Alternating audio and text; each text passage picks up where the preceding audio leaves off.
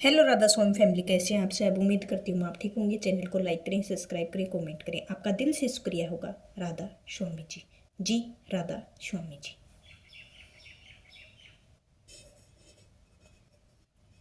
Shovel Singh ji ने बोले हैं, वो आगे फरमाते हैं, मूड साडे वल मुखड़ा, मूड साडे वल मुखड़ा, प्यारे साडे बल मुखड़ा, वो साडे बल मुखड़ा, प्यारे साडे बल मुखड़ा, कि जो भी मैंने देखा है सभी आप में ही देखा है, और कुछ भी मेरे को इधर उधर कुछ भी नजर नहीं आया, जितना आप में नजर आया सारी दुनिया फीकी पड़ गई है। तो इसी प्रकार महाराज जी ने उपदेश देते हुए कहा है, अभ्यास का सत्संग के वचन है ये पूरे अच्छे से कहे हैं। जो भी वचन है रोजाना सत्संग सुनने के लिए हम डेली हम इसी वक्त अपना जो भी टाइम होता है निकालते हैं, अच्छे से करते हैं। अगर लौट कर हम कसूर किसका करेंगे? कसूर तो उनका है जो टाइम नहीं देते हैं। महात्मा हमें पुकार पुकार करते हैं कि यह देश भाई तुम्हारा देश नहीं है, यह 84 लाख की योनियों का अगर सुख है तो इसी मनुष्य जन्म में है। हमें हजारों गायें मार जाती हैं, लाखों हो जाती हैं, इतनी पाप करते हैं। हमें ये सोचना चाहिए अगर उनकी जगह हम होते तो क्या होता। करोड़ों मुर्गियां रोज मारी जाती हैं, वो किसी भी वक्त हमारे जैसे आदमी थे, बल्कि हमसे भी अच्छे होंगे, सेठ साहूकार भी रहे होंगे, खोटे कर्म के कारण भेड़ बकरियां बने हुए हैं। तो संत कहते हैं कि तू सखी होना चाहता है तो हमारे साथ अंदर चल। यह कौम तेरी कौम नहीं है, यह मस्जिद तेरा मस्जिद नहीं है, देश तेरा देश नहीं है, सचखंड मकाम हक है, तेरा मकाम सतनाम, तेरा महजद सतपुरुष। मगर जिस तरह मोरी के कीड़े हैं हवा को पसंद नहीं है करते हैं, इसी तरह हम भी लौट कर इस गंदे देश में रहते हैं। संत कहते हैं कि आओ तुम सचखंड ले चले, लेकिन हम जाने को तैयार ही नहीं है। हाँ, अगर कोई यह कहे कि अमेरिका में जमीन मुफ्त मिलती है, हम फौरन वहां घर बार छोड़ के चले जाने के लिए तैयार हैं। जो ताकत सारी दुनिया को पैदा करती है, पालती है, उसी शब्द कहते हैं कि मैंने पहले भी कई सत्संगों का बयान किया है कि शब्द दो किस्म का है, एक वर्णात्मक, दूसरा ध्वन्यात्मक। जो लिखा जाए, पढ़ा जाए, बोला जाए, वह किसी भी भाषा को हो, अरबी हो, फारसी हो, तुर्की हो, वह वर्णात्मक है। यह 4 किस्म का है, पश्चेती, मध्यमा, बेकरी पहला जो मन की सूक्ष्म वृत्ति के जरिए और योगी जन नाभि में हिलारे उठाते हैं। दूसरा वह जो मन के जरिए हृदय में बोला जाता है। तीसरा वह जो मन के जरिए कंठ में धीरे धीरे बोला जाता है। चौथा वह जो जुबान से बोला जाता है। ये 4 किस्म के वर्णात्मक हैं, जिन्हें महिमा गुरु नानक साहिब ने, कबीर साहिब ने, स्वामी जी महाराज ने, कई और कलमा फकीर में, इस्लाम में, धर्म में मानने वाले को कहते हैं। वह इन चारों से परे है, वह सारी दुनिया को पैदा करता है, वह सबकी जानों की जान है, वह हिंदुओं, मुसलमानों और दूसरे धर्मों को अंदर भी है, लेकिन आंखों के पीछे पर्दा लगा हुआ है। यह सारी उम्र बाहर ही बाहर रहा है, न पर्दा खोला, न अंदर गया, न सूरत शब्द के साथ जुड़ी, न मुक्ति हुई। जो संत की राह है वह सभी के लिए एक है। हिंदू होकर जाओगे, मुस्लिम होकर जाओ, चाहे ईसाई होकर जाओ, वो कब मिलता है? जब हमारी आत्मा को तन और मन के ऊपर जाया जाए। गुरु रामदास जी कहते हैं, 9 दरबारे 9वें दर फिक्के, रस अमृत 10 में चीजें। जो हमारी 9 दरवाजे हैं, 2 आंखें हैं, 2 कान हैं, 2 नाक हैं और 2 हैं। जो दरवाजे खोलकर छोड़कर हम 10वें द्वार में जाएंगे, वहां जो शब्द है वह धुनात्मक है। वह धुनात्मक यानी लिखने, पढ़ने और बोलने वाला नहीं है। जब हम किसी महात्मा में राह लेकर अंदर चढ़े तो आत्मा महसूस करती है कि गुरु नानक साहब कहते हैं कि शब्द धरती, शब्द आकाश है। शब्द ने धरती बनाई है, शब्द ने ही आकाश बनाया है। लोग कहते हैं शब्द हुआ प्रकाश। जो कुछ बना शब्द ने बनाया, बल्कि यह प्रकाश भी उसी के आगे है। आगे फरमाते हैं, सारी सृष्टि शब्द के उनके आश्रय हैं। और इस शिष्य पर पूछता है कि आप तारीफ कर रहे हैं, वह कहाँ है? जो गुरु नानक साहब कहते हैं कि नानक शब्द घट घटे, आ शब्द सबके अंदर है और चोरों, ठगों, बदमाशों के अंदर भी है। वे बाहर बैठे हुए हैं और उन्हें कोई फायदा नहीं है। और सभी महजब किताबों में शब्द की महिमा भरी पड़ी है, पर शब्द नहीं है। शब्द आपके अंदर है। और स्वामी जी महाराज कहते हैं, तू अपनी आत्मा को शब्द के साथ जोड़ दे। अगर तू उसके साथ आत्मा को जोड़ देगा तो तुझे सुख क्यों नहीं मिलेगा? जो बाहर के बाजे हैं, 2 घंटे बजकर बंद हो जाते हैं,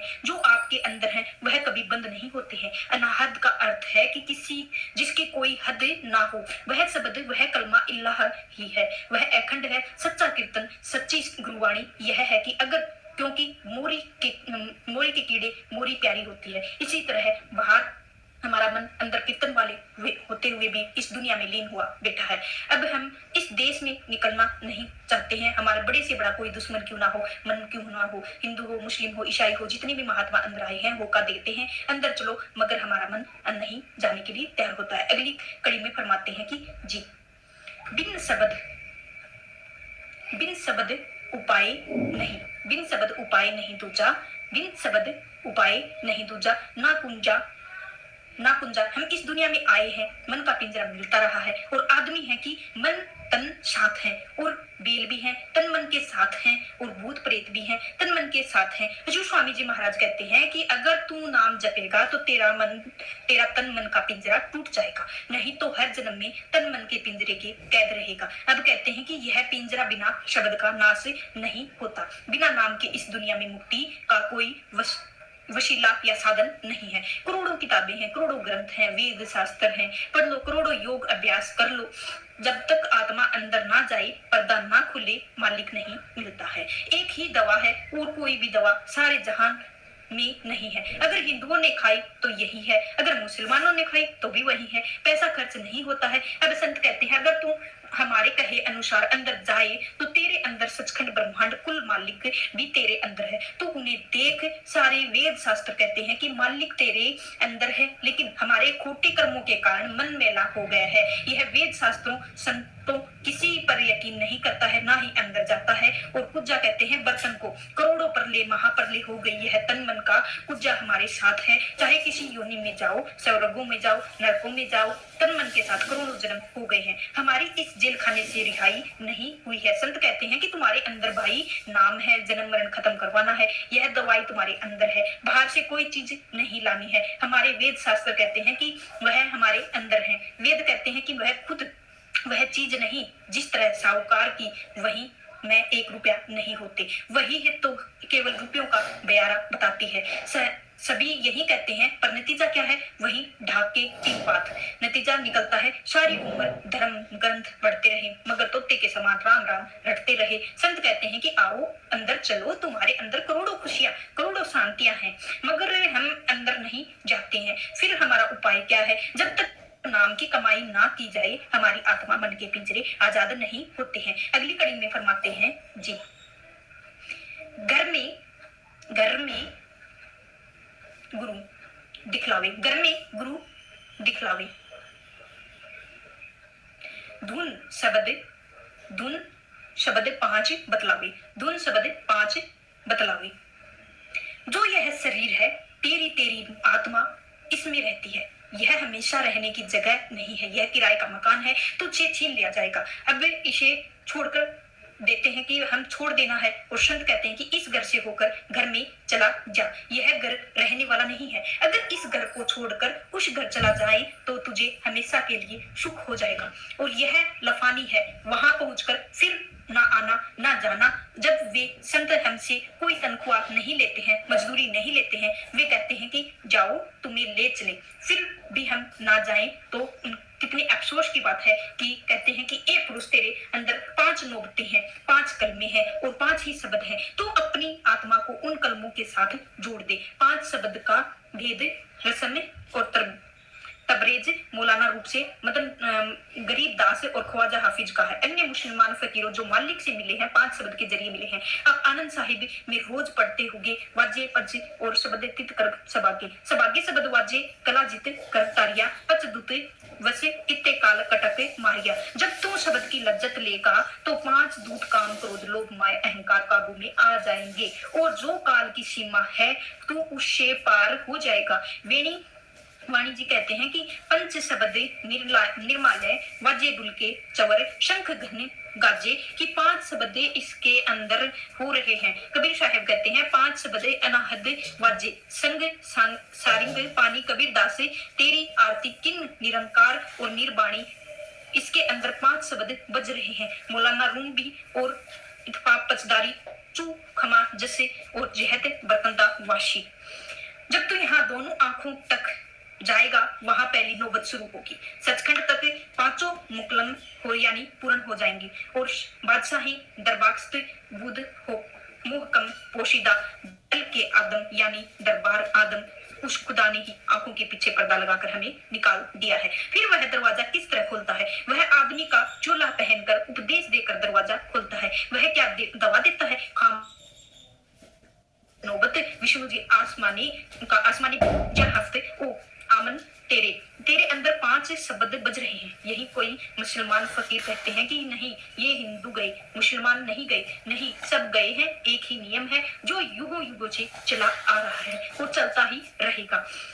सभी गुरु तालिम फकीर महात्मा कहते हैं तेरे घट में 5 शब्द हैं, बाहर तलाश ना कर, अंदर जा और पर्दा खोल। अगली कड़ी में क्या फरमाते हैं जी? धुन में अब सूरत, धुन में अब सूरत लगाओ, धुन में अब सूरत लगाओ। इस घर से उस घर में जाओ, इस घर से उस घर में जाओ।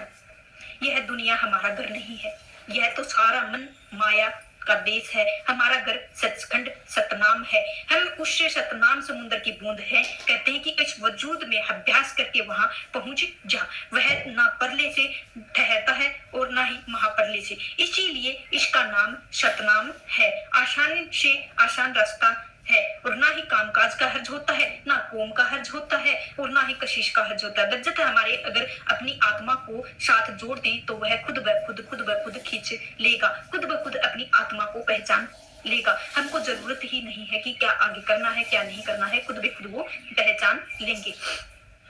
असली घर क्या है? किसी साधन की जरूरत नहीं है। अब सवाल पैदा होता है कि वह घर कैसा है, तो आगे बताते हैं जी। वह घर है अगम अपार, वह घर है अगम अपार। 10वें द्वार पर हम जाएंगे। कहते हैं कि वह घर तो अगम है, अपार है, वे अंत है और लाफानी है। ना कभी जन्म लिया है, ना कभी मरा है, ना कभी आया, ना कभी गया।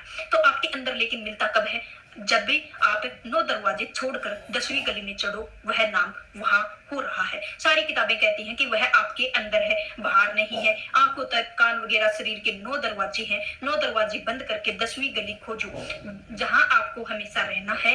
यह हमेशा नहीं रहना है। फिर हम ख्याल नहीं करते हैं कि वह कैसा है। गुरु अर्जुन देव जी कहते हैं कि जो कर छोड़ गड़वान सो लगा मन मोहे। जिस घर को छोड़ देना है उस घर में तू बैठा हुआ है, उस घर के साथ प्रीत लगाई हुई है। जिथे जाए तू वर्तना की चिंता ना है।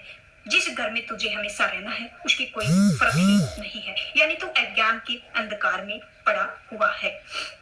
अगली कड़ी में फरमाते हैं जी।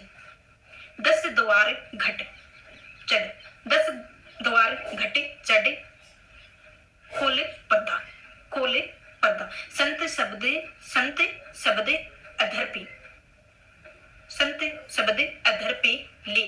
कहते हैं कि 10वां द्वार खोलोगे, अंदर प्यारे से प्यारे रागनियां, प्यारे से प्यारे शब्द हो रहे होंगे।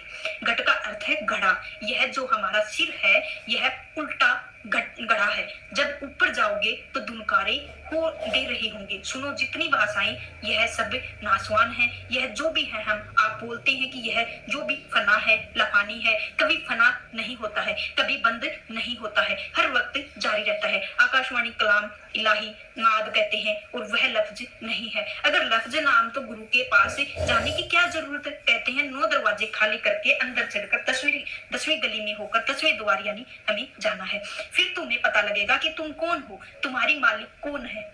तुम्हें जन्मों जन्मों की खबर हो जाएगी। अब अगली कड़ी में क्या फरमाते हैं जी। बिन में हर गुरु नेह पाऊं, हाथ न आवे ठगों बदमाशों और ठग है बदमाश है।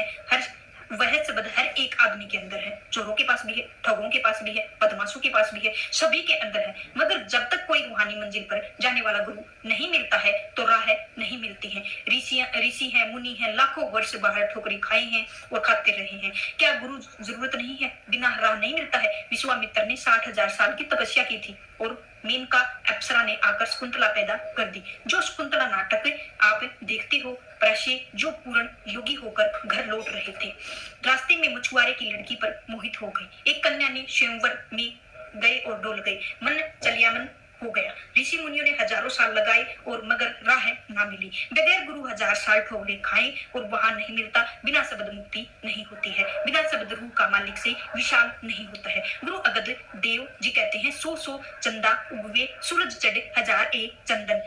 गुरु बिन कोर अंधेर और दुनिया में हजारों सूरज चांद चढ़ गए और रोशनी भी हो गई, लेकिन आंखें बंद करो तो अंधे का अंधा है। अगली कड़ी में फरमाते हैं जी, सूरत ऊपर चढ़ गगनी, सूरत ऊपर चढ़े गगनी। सुनो ये करनी है, सुनो ये करनी है। जब हम किसी महात्मा के पास जाते हैं, उससे पूछते हैं कि किस राहत के अंदर जाएं, और वह कहता है कि 10वीं गली खोलकर अंदर रूह में चले जाओ। तुम्हें 5 शब्द दुनकारे मिलेंगी और वह सीधे सड़क पर है। पूछने की जरूरत नहीं है। जिस तरह हम कहीं अंधेरी रात के समय उजाड़ जंगल में रास्ता भूल गए हों तो हम क्या करते हैं, चुपचाप सुनते हैं, और कहीं ना कहीं आदमियों के बोलने की आवाज आती हो, कहीं कुत्तों की भूखने की आवाज आती हो, कहीं मुर्गों की, कहीं रेलगाड़ी के इंजन की सीटी की आवाज की आती हो, और आवाज हम उस आवाज को पकड़कर नजदीक किसी गांव में पहुंच जाते हैं और वहां से रास्ता पूछकर अपने घर चले जाते हैं। इसी ही तरह संत कहते हैं कि भाई तू अपनी रूह को उस शब्द के साथ जोड़ दे, यानी जिधर से आवाज आती है उसके पीछे चला जा। पूछने की जरूरत कहीं नहीं है, घर बार बार छोड़ने की भी जरूरत नहीं है, नजर छोड़ने की भी जरूरत नहीं है। दुनिया को छोड़कर भजन करना बहादुरी नहीं, दुनिया में रहते हुए नाम को भजन करना बहादुरी है। गुरु नानक साहब के योगियों को बताया कि जैसे जल में कमल निरामल होता है, वैसे ही सूरत पौसागर में रहती है और नानक नाम बखाने। हे योगियों, अगर संसार समुद्र में तरना है तो अपनी सूरत को शब्द के साथ जोड़ दो। अगली कड़ी में फरमाते हैं जी, मन चंचल, मन चंचल थेरे ना रहावे, थेरे ना रहावे, कस हो आवे, कश हो आवे। जब तक प्रेम ना हो, प्यार ना हो, सत्संग ना हो, आत्मा शब्द को पकड़ती ही नहीं है। क्यों? क्योंकि इसके साथ मलिन मन है। इस दुनिया में हमारा कोई दुश्मन नहीं है, अगर है तो वह है मन। गुरु अमरदास जी कहते हैं, मन ही नाल झगड़ा, मन ही नाल सत। अगर मालिक से जुदा किया है मन, तो हमारा मन ही दुश्मन है। मन उसने हमसे हीरे जवाहरात छिपाकर हमें विषय विकारों में भुला दिया है। हम संतों के पास जाते हैं, कालिम फकीरों के वचन सुनते हैं, तो पर कभी मानते हैं इस कान में पड़ा उस कान में निकल गया। फिर शिकायत करते हैं कि रूह नहीं चढ़ती है, मन नहीं लगता है। मन कहाँ मानता, गुरु का कहाँ नहीं मानता, दुनिया से निकलता है और उसका कहाँ नहीं मानता। मन झूठ कह दे तो उसका कहा नहीं मानता। महात्माओं ने इसे बड़ी मुश्किल से वश में किया है, थोड़ी मेहनत से यह वश में नहीं आता है। एक कहानी है कि मुसलमान फकीर था, एक दिन भजन में उसका मन ना लगा, नाम की लज्जत नहीं आई। कहता है कि तुझे पूरा साल गर्म पानी पिलाऊंगा। फिर कहीं जाकर मुश्किल से लगा। हम थोड़ी देर बैठकर उदास हो जाते हैं, भजन छोड़कर उठ बैठते हैं। सत्संग हजूर जी ने सवाल में किया था कि हजूर, जब तक आप दया ना करो मन लगेगा ही नहीं, मन लगेगा ही नहीं। भजन करो, आप खुद को तवज्जो नहीं देते हो, मगर जरा भी नहीं। कहता है तुम्हारे लिए क्या क्या किया है, उजाड़ पहाड़ों के साथ हैं, मौत वक्त के सामने आ खड़े होते हैं, इससे बड़ी दया क्या हो सकती है। अगर हम दाता के घर ना पहुंचे तो मिलेगा क्या, कुछ भी नहीं। मैं कहता हूँ या कहती हूँ, इस करके देखो, अगर ना आए तो आए, आकर भी मुझे पकड़ो, मैं जिम्मेदारी हूँ। आप अंदर जाओ, सतगुरु की प्रतीक्षा करो, 9 दरवाजों को छोड़कर जीते जी मरो। वह दोनों हाथों में लिया खड़ा है। और संत महात्मा कहते हैं कि दात देते हैं, आते हैं और उनके भाग्य में लेते नहीं है। सत्संगी महाराज जी सवाल किया कि महाराज जी कुछ करना है, आपको ही करना है। तो महाराज जी ने कहा कि आप अपने ऊपर बोझ नहीं लेते हैं, गुरु पर डाल देते हो। ठीक बात तो है नहीं। जब वह समझाते हैं कि अंदर चल, अंदर ना जाए तो इसका अपना कसूर है, इसका नहीं है। एक महात्मा थे, एक आदमी उनके पास जाया करता था। एक दिन कहता है, महात्मा जी आप चढ़ाई करने लगे तो मेरे लिए 2 गज जगह रख देना। जब महात्मा ने चोला छोड़ने का वक्त आया तो उन्होंने उसे बुलाकर कहा, भाई तू भी तैयार हो जा। कहता है कि छोटे छोटे बाल बच्चे हैं, अभी नहीं जाता हूँ, दुनिया को छोड़कर मालिक से मिलना बड़ा मुश्किल है। इसी तरह एक और कहानी एक बुढ़िया की थी। उसकी इकलौती जवान लड़की थी और वह लड़की सख्त बीमार हो गई। बहुत ही तेरा इलाज किया, मगर फायदा ना हुआ, परमात्मा उसकी जगह मैं मर जाऊं, यह बच जाए। मैं बूढ़ी हूँ और दुनिया में बहुत कुछ देख चुकी हूँ, यह जवान है, यह ना मरे, बार बार यही कहती जा रही थी। एक बार कहीं बाहर जाकर दरवाजा खोल दिया और कहीं छूटकर अंदर आ गई। रास्ते में एक देग पड़ी हुई थी, गाय ने खाने के लिए उसमें मुंह डाल दिया, सींग फंस गया, लगे घबराकर इधर उधर दौड़ने लगे और काला हिस्सा सामने था देग का। उसने 2-4 चक्कर लगाए तो बुढ़िया डर गई, समझा कि मौत का फरिश्ता आ गया। कहने लगी, मैं तो बूढ़ी हूँ, लड़की वह पड़ी है, उसे ले जा। यह बाहर से बातें करता है, अंदर नहीं जाता है। जब तक अंदर ना जाए मिले क्या? कहते हैं मन मेला है, हमारा दुश्मन मन है, हमें अंदर नहीं जाने देता है। हम इसके साथ प्यार किए बैठे हैं, जो दुश्मन हमारे साथ प्यार है वह सुखी कब हो सकता है? मन को वश में करने की अगर कोई दवा है तो वह है, चाहे दुनिया करोड़ों लज्जतें क्यों ना ले ले, मन को काबू नहीं आता है। मन लज्जत का आशिक है, इसके अंदर अमृत बरसता है और गुरु अर्जुन साहब जी फरमाते हैं, जिम जिम अमृत बरसदा, जब अमृत पिएगा काबू में आ जाएगा। इस्लाम धर्म को मानने वालों को अन्य कालीन फकीरों ने भी वश में किया है। तो इसी दवा के जरिए हम सभी मन को कहा मानते हैं। सारा जहां मन के अधीन है, मन जबरदस्ती अपना हुक्म मनवा लेता है, मन बड़े बड़े महात्माओं को भी गिरा देता है। कुछ ना कुछ पूछो, यह बड़े बड़े योगी हैं और योगेश्वर खा गए हैं। अगली कड़ी में फरमाते हैं जी, सूरत शब्द कमाई, सूरत शब्द कमाई करना, सूरत शब्द कमाई करना, सब जतन दूर अब धरना, सब जतन दूर अब धरना। अब स्वामी जी महाराज कहते हैं कि और सभी उपायों को छोड़कर आत्मा के शब्द के साथ जोड़ दो। मगर लोगों का क्या हाल कि हाथ मला फिरता है, माला हाथ में माला फिरता है, मन बाहर दौड़ता है फिरता है। कबीर साहब कहते हैं कि माला तो कर में फिरे, जीभ फिरे, मुख मोहे, मनवा तो चहु दस फिरे, यह सिमरन नाही। हाथों में तो माला फिरता है मगर बाहर भटकता फिरता है, यह सिमरन नहीं है। जब शिकारी बंदूक से निशान साधता है तो पिछला दीद बान या बैक साइड में वार कर सकता है, सामने वाला हिस्सा या अगली मक्खी का निशान आसम को एक सीधे के रख कर मारता है। कबीर साहब फिर कहते हैं कि तन थिर मन थिर वचन थिर सूरत नीरत, और थिर होए जब आत्मा और मन को अंदर रोक कर कमाई करोगे तो पर्दा खुल जाएगा। आत्मा का शब्द के साथ जोड़ दो और यह सब कमाइयों की कमाई है। अब अगली कड़ी में क्या फरमाते हैं जी, निश्चल दृढ़ इस पर धरना, निश्चल दृढ़ इस पर धरना। आलस करे कभी ना फिरना, आलस करे कभी ना फिरना। अगर भजन भी करो तो दिल पर बोझ लेकर ना करो, प्रेम प्यार और खुशी के साथ अंदर जाना चाहिए। अगर हम फर्ज को पूरा करते हैं तो भाई कोई ना कोई फायदा नहीं। फिर कहते हैं आलस्य नहीं करना चाहिए। जो कहते हैं मन नहीं मानता, मन माने या ना माने भाई, उनको चाहिए कि बेटे अरावल पिंडी में एक बंगाली बाबू था, बहुत अच्छा अभ्यासी था। उससे पूछा कि बाबू मन वश में आया? कहता है आया तो बड़ी मुश्किल से। मैंने कहा किस तरह भजन में बैठा जाता है? नौकर से कह रखा था कि मेरी रोटी पकाकर रख दिया कर और अपनी रोटी खाकर सो जाया कर। जब तक अंदर नाम की लज्जत ना आती उठता नहीं था, भजन नहीं करता था। कोई खीर नहीं, मन के साथ लड़ाई करनी है और मन को मेरे काबू में ऐसे ही नहीं, बहुत लज्जत देनी पड़ती है।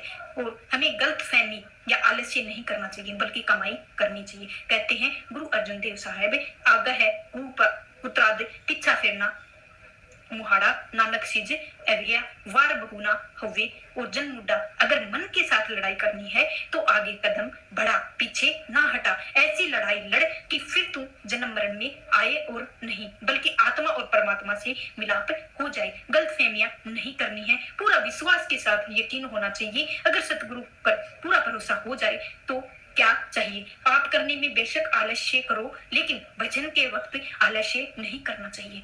अगली कड़ी में क्या फरमाते हैं जी, यह सार संत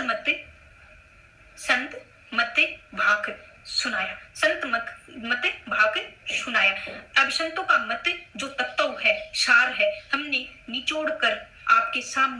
रख दिया है। जो सचखंड पहुंचे सभी के तत्व और मत एक ही है। सार वस्तु क्या है? शब्द की कमाई।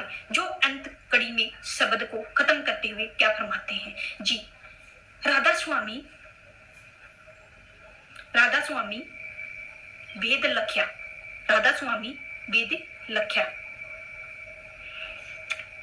सुन मान सार समझाया। अब स्वामी जी महाराज कहते हैं कि हमने मालिक के देश जाने में भेद आपके सामने बयान कर दिया है। यह सबसे ऊंचा है और सबका सार है, सबसे ऊंचा और सबका सार है। शिष्य का धर्म है कि इसे मानकर खूब मेहनत के साथ कमाई करें। अगर मान लो कि तुम्हारी मुक्ति हो जाए, नहीं मानोगे तो बार बार 84 की एक जेल खाने में आना ही पड़ेगा। यह तुम्हारे पर डिपेंड है कि हम करते हैं या नहीं करते हैं। बार बार यही समझाया जाता है, भाई भजन सिमरन करना है, इसी ही में मुक्ति का है और सत्संग में पूरे अच्छे से वर्णन करना है। क्या आपको कभी भी कोई भी परेशानी होती है तो आप सीधा नाम पर बैठ जाएं और उसी में ध्यान लगाएं, आपकी सारी परेशानियां दूर हो सकती हैं अगर आप दिल से करोगे तो।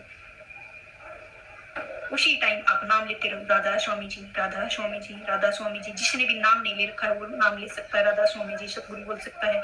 जिसने नाम ले रखा है उसको तो सभी पता होता ही है। तो राधा स्वामी जी जी, राधा स्वामी जी। आज की वीडियो इतनी ही। राधा स्वामी जी।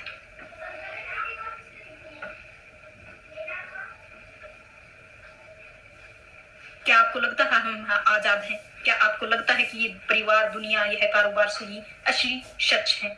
जरा ठहरिए, आज पूरी गलतफहमियों को निकाल दीजिए। चली आ रही हैं आपकी मान्यताओं को जड़ से हिलाकर रख देंगी।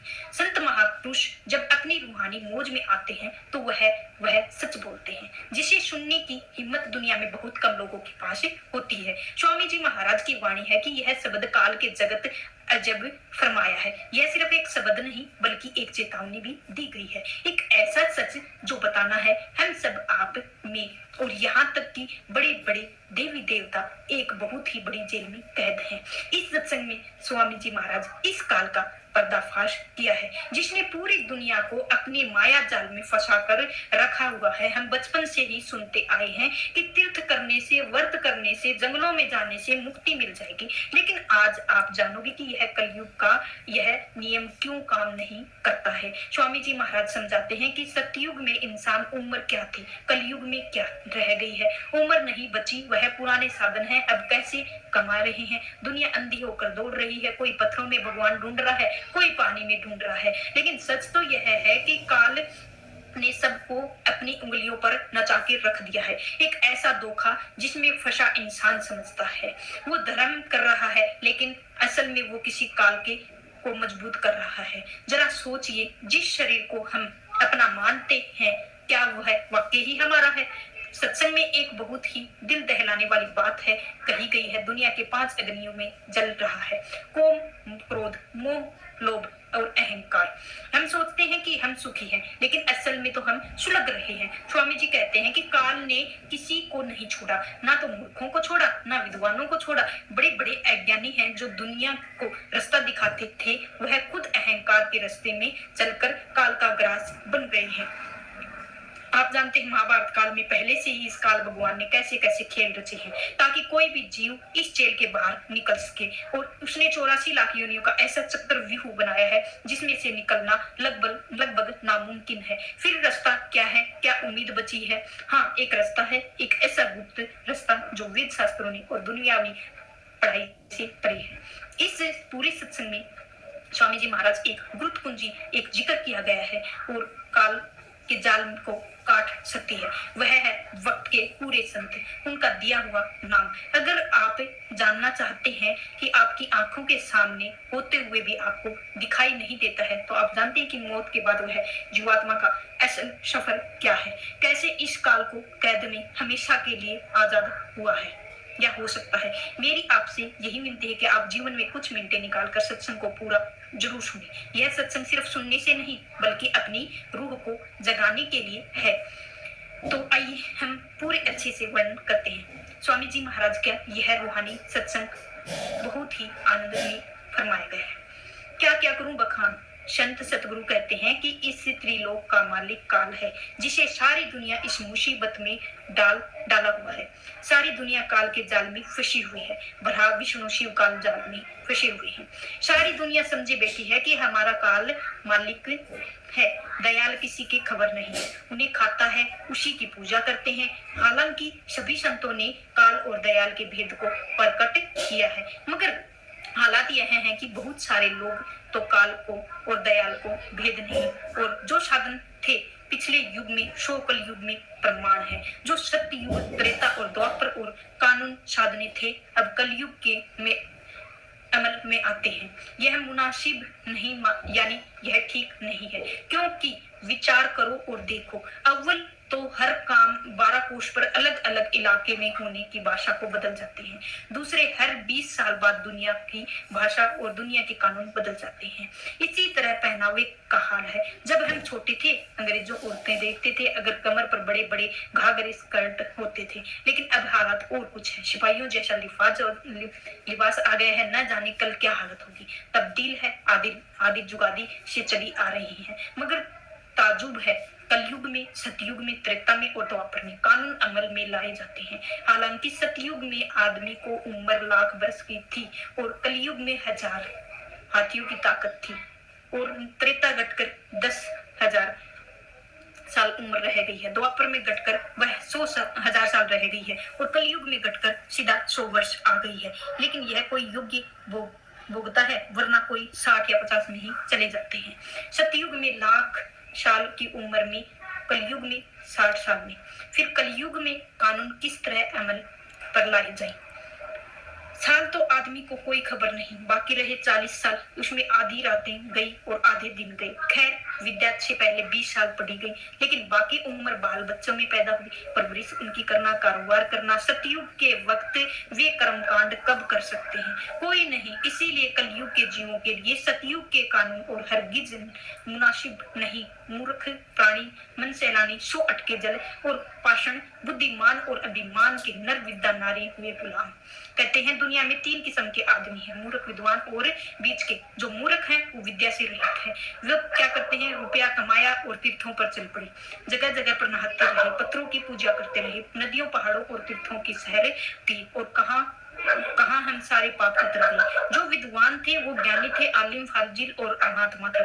विद्या में पढ़े और सारी उम्र विद्या पढ़ने में ही खो दी। विद्या बुद्धि का विषय, सारे विद्वानों ने विषय को मार दिया।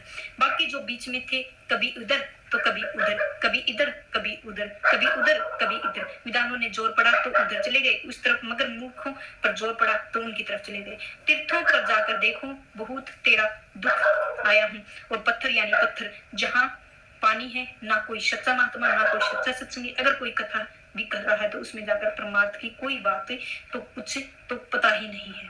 दुनिया अंधी है, माथे टेकती रहती है। विद्या पढ़कर लेक्चरर बन जाए, कोमों में, देशों में साथ लगा लिया, क्या बना? कुछ नहीं। कोई कहता है देश की सेवा करता हूँ, कोई कहता है कौम की, कोई कहता है मस्जिद की, बिना कुछ नहीं। एक कौम दूसरी कौम का दुश्मन। और आजकल तो लोग जब कोई दान दे देते हैं, और यूरोप का देते हैं, कोई कहाँ का देते हैं, और अपनी कौम के लिए, अपनी बादशाहों के लिए लाखों आदमियों ने रोज मारते रहते हैं। क्या यह अच्छा काम है? कोई नहीं। इसका मकसद क्या है? खुदगर्जी, यानी हमारी कौम की विजेता रहे हैं, यानी फतेह रहे हैं। इसका नतीजा क्या है? बर्बादी क्यों है? लाखों औरतें विधवा हो रही है, करोड़ों बच्चे यतीत हो रहे हैं, और परमात्मा की दरगाह हिसाब देना होगा, लेखा जोखा करना पड़ेगा। सारी बड़े से बड़े विद्वान वैज्ञानिकों ने मेहरबानी की है, और उनकी बुद्धि यही आती है, और उनकी दुनिया की तबाही के समान इजाद करें। अगर हम उन्हें बड़े कमाई कह दें तो पाप नहीं, बल्कि वह जीव के जितने भी ना मूर्ख हैं, अति बुद्धिमान, जब तक व्रत और संयम बहु को धोखे पंच अग्नि में जले निता। जैसा कि पहले बयान किया गया है कि बीच के लोग उन्हें जो भी पलड़ा भारी है उधर चले जाते हैं। असली रास्ता आदमी का, मगर काल के बाहर किसी के जप में लगा दिया, किसी ने तप में लगा दिया, किसी ने कीलों पर सोता है तो कोई कहाँ सोता है, कोई कहाँ खड़ा होता है तो कोई दवनी लगाकर बैठ जाता है। चारों अग्नियां, चारों तरफ 5वां सूरज अग्नियों सड़ रहा है। इसमें से जाकर पूछो कि भले मानस, तेरे अंदर 5 अग्नियां हैं, काम, क्रोध, लोभ, मोह, अहंकार, जिसमें सारा संसार सड़ रहा है। पहले उससे बचने का इलाज तो कर, सारी दुनिया भूली हुई है, सीधे रास्ते को कोई नहीं चलता है। इसी तरह 21 दिन व्रत रखने वाले की हाल देखो। एक आदमी का जिक्र किया, उसका प्राण था कि वह दिए में तेल डाल भरकर पाठ शुरू करता था, तो तेल खत्म होता तो रोटी खा लेता था। घर में नई बहू आई, उसको पता नहीं था। जब दिया बुझने लगा, उसने और तेल डाल दिया और दिया भर दिया ताकि पाठ में विघ्न ना पड़े। उधर भूख लगी हुई थी, गला सूख रहा था, मगर तेल से भरा हुआ। इसी तरह जब तेल फिर से खत्म होने लगा, उसने फिर से भर दिया। आखिर वह आदमी भूख से व्याकुल हो गया। हालत यही है, पाठ करने वालों की भी यही है। सो दुनिया ऐसी ऐसी रस्मों में पड़ जाती है कि सिद्ध बिना बैठा है, कोई नाथ नहीं, कोई कुछ नहीं, कोई वाक्य ही नहीं। लेकिन खोज करो तो सबकी हालत ऐसी हो जाती है। ये सारा काल का धोखा है, तमाम दुनिया का धोखा है, जाल में फंसी हुई है। और देखो चरित्र काल कर्ता में कोई सिर कोई पैर रुधान। अब आगे फरमाते हैं, देखो काल में कितना धोखा है, और किसी के हाथों में बहा देता है तो किसी के पैरों में, ताकि कोई अंदर ना चला जाए। वाल्मीकि जी ने रामचंद्र जी के पैदा होने पर 10,000 वर्ष पहले रामायण बनाकर सारा हाल लिख दिया गया था। अंदर राम है, अंदर सीता है, अंदर ही सब कुछ है। काल भगवान ने देखा कि उसने तो पर्दा फाड़ दिया, 12 राम और सीता बना दिया, ताकि कोई ना अंदर आए ना मालिक से मिले, सारे बाहर के बाहर रह जाए। भटक भटक भटकाया, सब जग कोई ना बुलाया।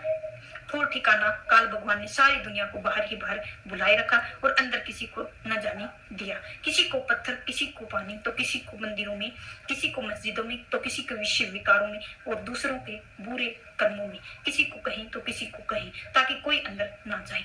अगर ऋषि मुनि की मेहनत करके अंदर जाने की कोशिश की तो रास्ता ही रोक लिया। अंदर जाकर देखो सभी राहें रुके बैठी हैं, और रिद्धियां सीधियां शक्तियां देकर बेहाल कर दिया है, और किसी को स्वर्ग तृष्णा लगा दी है, किसी को बैकुंठ, और किसी को औरतों कोई ना कोई विषय विकारों में लगाकर मार दिया है, और ऋषि गिरा विषयों में तक गया, और मतलब उनकी किसी ना किसी जाल में फंसा दिया है। तो ऐसी ही हालत हमारी हो रखी है। तो थोड़ा बहुत टाइम दीजिए और खुद को संभालिए और अपनी जिंदगी बनाइए। तो आज का सत्संग इधर ही समाप्त होता है। राधा स्वामी जी। जी राधा स्वामी जी।